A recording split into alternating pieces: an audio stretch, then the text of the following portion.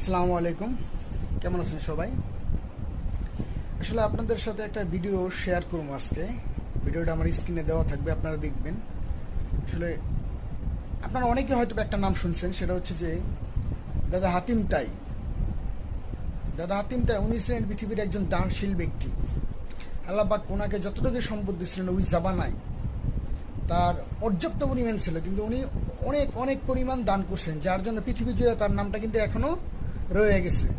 যেমন আমি ওনার নামটা জানি, হয়তোবা আপনি জানেন, আর অন্যান্য ভাই বোনেরা জানেন। তা আজকে যার কথাটা বলতেছি উনি হচ্ছেন জুয়েল ভাই।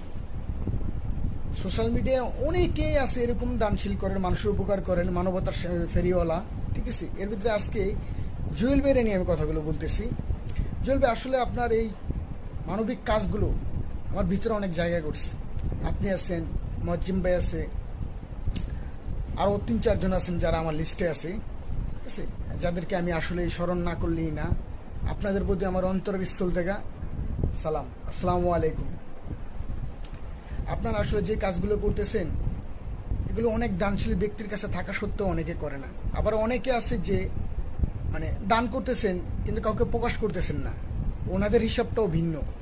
তবে আপনি যেটা করতেছেন সেটা মানে অসম্ভব সুন্দর একটা কাজ। আপনি আপনার জায়গায় বেস্ট, কারণ আপনি যেভাবে ইনকাম সোর্স করতেছেন আপনি চাইলে এগুলো নিজের অ্যাকাউন্টেও জমা রাখতে পারতেন, কিন্তু না, আপনি সেগুলোও কিন্তু কাজে লাগাইতেছেন।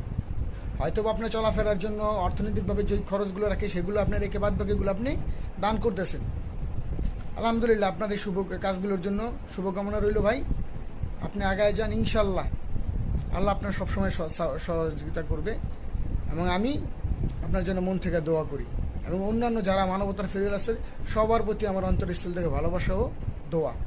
কারণ এই কাজগুলো সবাই করতে পারে না, এটা করার জন্য বড় মনের অধিকার হইতে হয়।